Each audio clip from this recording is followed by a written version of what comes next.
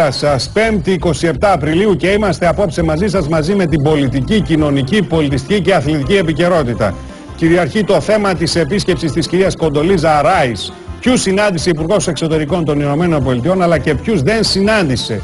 Ειδικοί αναλυτές σχολιάζουν την επίσκεψη Ράις αλλά και το τι γίνεται με το Ιράν, το πετρέλαιο, την ντομάτα και τον Μπασκάλι Τερζή, τον οποίον ανακήρυξαν διάδοχο του Στέλιου Καζατζίδη μέσα από την εκπομπή της Εμίνας Διγενή. Ακόμα όλες οι πολιτικές εξελίξεις. 3 κορυφαίοι υπουργοί ομιλούν για θέματα που καίνε τον τόπο. Ο Βίνο Πολύδωρας για την κατάργηση των βεγγαλικών, αλλά και για το αδίκημα της ημέρας που σήμερα αφορά τους εφαψίες. Ο Υπουργός Μεταφορών Μιχάλης Λιάπης σε μια συνέντευξη εκβαθέων για το 12 της Τουρκίας που ζήτησε για την Eurovision και η εκβαθέων συνέντευξη του Υπουργού Ανάπτυξης κ. Σιούφα για την πολιτική της κυβέρνησης στο ίδιο θέμα.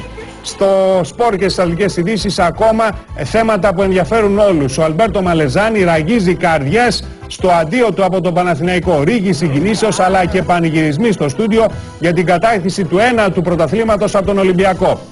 Ακόμα ένα αθλητικό ντοκουμέντο. Τι συζήτησαν Σουφιάς και Ντέμις για το νέο γήπεδο της ΑΕΚ. Επίσης όλες οι εξελίξεις στο καυτό πεδίο των reality. Διπλωματικό θέμα στο Fame Sorry με την είσοδο Τούρκου και Κύπριου παίκτη. Μαζί σας ακόμη με πολλά θέματα. Σε λίγο.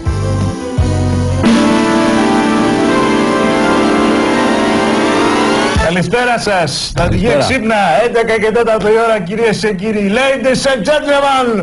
Που έλεγε προηγουμένως στο Διέμου και Πολυχρονίου. Ο Κώστας. Ποιος Κώστας στο Διέμου? Ο Κώστας Πολυχρονίου ήταν προπονητής. Ο Γιώργος Πολυχρονίου, ο παρουσιαστής. Και η εκπομπή στο Άντερπε λίγο που έλεγε Ladies and gentlemen. Έτσι, σαν το Στέα είναι αυτή η εκπομπή. Ναι, έχεις μείνει πίσω στα Διέμου. Ποιος Στέα, σαν του Αρναούτουλ θες να πεις? Ευχόμεθα κυρίες και κύριοι Ένωση Κεντρών και εγώ προσωπικός σας Βασίλη Λεφέτης μαζί με τον στατικό. Ναι. Κάθε επιτυχία στον καλό μας φίλο τον Γιώργο τον Πολυχρονίου. Το θυμήθηκα τον Γιώργο. Είναι αυτός που είχε την εκπομπή παλιά στο Μέγα που λέγανε Μέγα Μπάγκα με τη... Μέγα Μπάγκα με τη Μενεγάκη. Αλλά τώρα η εκπομπή αντί για Μέγα Μπάγκα λέγεται Μέγα Κλάρα. Αρναούτογλου style είπαμε στα δική μου.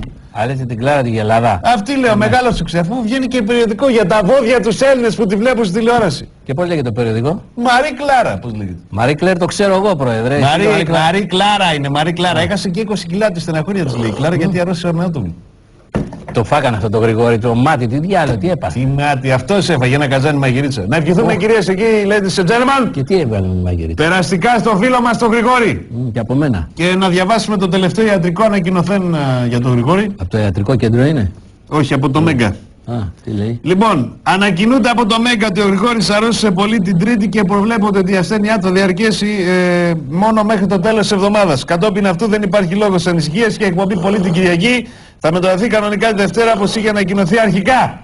Ο Θεράπο Διευθύνων Σύμβουλος στο Μέγκα Πέτρος Μπούτους. Ωραία κυρίες και κύριοι, περαστικά στο Γρηγόρη. Αν μην ξεχάσω να σου πω στα δική μου πώς λέγονται τα κακά που κάνει η Κλάρα. Πώς λέγονται? Μικρογεύματα Γρηγόρης.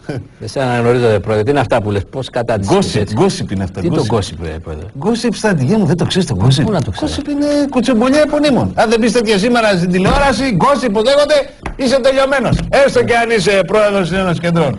Περάσουμε κυρίες και κύριοι στο επόμενο θέμα. Γκόσιπ στα δική μου. Είδε στα δική μου εδώ ο Φουστάνος λέει χώρισε από τη Φουστάνα τη Θεοδωρίδου. Άντε. Αλλά τέτοια θέλετε να ακούτε εσείς τα πόδια. Τα ζώα, οι αγελάδες, οι κλάρες. Σαν τρελή κάνετε να μάθετε για το Φουστάνο και το διαζύγιό του. Έτσι. Για το... Άλλος τώρα αυτός, ο Πουστάνος λέει που εδεάδει λέει στο Πάσχα επωνύμως στη Μύκονο. Για το φόρεμα της Βύσης. Ναι. Και για αυτά θέλετε να μάθετε αν το φόρεμα της Βύσης είναι του Κοτιέ, του Κοτιέ πώς λέγεται αυτό. Τέτοια σας αρέσουν. Στο διάλογο να πάτε και πιο πέρα παρά 2 ώρες κάθεστε τα μεσημέρια να ακούσετε εξομολόγηση της Άτσης Σαμίου. Γι' αυτό έρχεται η χτυκιάρα η Κοντολίζα και οργώνει μέσα στο Υπουργείο Εξωτερικών.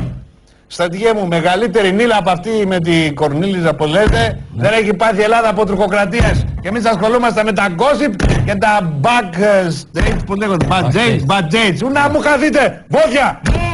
Φέρτε μου και τα μοσχάρια στα παράθυρα εκεί πέρα. Σταμάτα, πρόεδρε, ρέμισε λιγάκι. Θα πάω σαν τον Αούτογλου και εγώ στρατηγέ μου, σκασμένος. Αλλά όχι από το φαγητό. Φέρτε μου το βίντεο, είπαμε τους κατσινιροκαρέους, με τους πάει ο διάολος αυτούς. Και στο σημείο αυτό να δώσω το λόγο στον Νίκο Κακαουνάκη. Νίκο, 2 είναι τα μεγάλα θέματα των ημερών αυτών.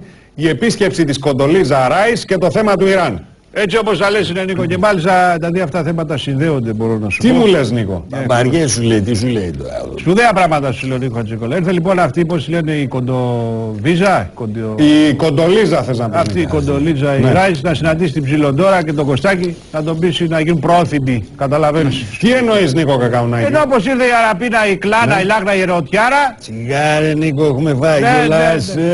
Ήρθε να πει στον Κωστάκη και την Τωρούλα να είναι καλά παιδάκια να συμμετάσχουν σε πιθανό βομβαρδισμό του Ιράν. Τώρα το οποίο επιμένει να απεμπλουτίσει, να εμπλουτίσει, πώς θα σε γελάσει. Τέλος πάντων κάτι επιμένει να κάνει με το ουράνιο.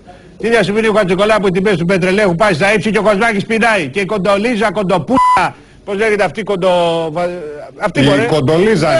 Ναι, αυτή ξύρι τον πίθηκα και έχετε ένα βυζιτάρι εν Αθήνες. Την ίδια στιγμή που οι πηγές μου λένε εμένα πως ο Γεωργάκης ο Παπανδρέου είναι στεναχωρεμένος και κάθεται. Γιατί, Νίκο Κακαουνάκη, τι συμβαίνει? Γιατί δεν τον παίζουν οι φιλενάδες του, τι γίνεται? Γιατί Νίκο Χατζηνικολάου ήρθε το πατριωτάκι του από Αμέρικα και τον έκλασε. Μόνο την τώρα και τον Κωστάκη δεν κοντοπούτσα ή Κοντολίζα είναι, Νίκο. Πες το και έτσι. Αυτή. Θέλω να ευχαριστήσω την Υπουργό των ΗΠΑ της Αμερικής, η οποία μέσα στην απέραντη σοφία και φιλεσπλαχνία της μας έκανε τη μεγάλη τιμή να επισκεφθεί τη χώρα μας και να συνομιλήσει με μένα και τον Πρωθυπουργό. Θέλω να την ευχαριστήσω, γιατί έχει τη μεγαλοψυχία και την ευγένεια να ζητήσει τη γνώμη μας στα θέματα που μας απασχολούν. Και όχι μόνο τη ζήτησε, αλλά μας άφησε και να την πούμε. Είναι περιττό να πω πως η γνώμη μας ταυτίζεται απόλυτα με τη σπουδαία, την ανυπέρβλητη, τη σοφή και πανάγαθη κυβέρνηση των ΗΠΑ της Αμερικής. Την κυβέρνηση που βαδίζει στο μονοπάτι της αρετής και του φωτός.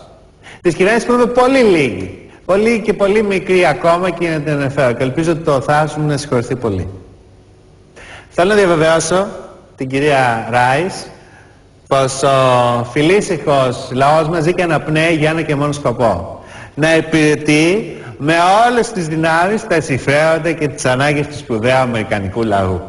Αυτού του υπέροχου λαού που ασχίζει να μεταλαμπαδιτεύσει σε κάθε γωνιά της οικουμένης τις αρχές της ελευθερίας και της δημοκρατίας.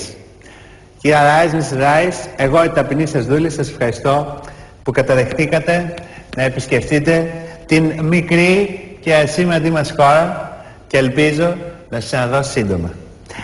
Θέλω να ξέρετε πως είμαστε πάντα και για πάντα στην υπηρεσία σας. Σας ευχαριστώ πολύ.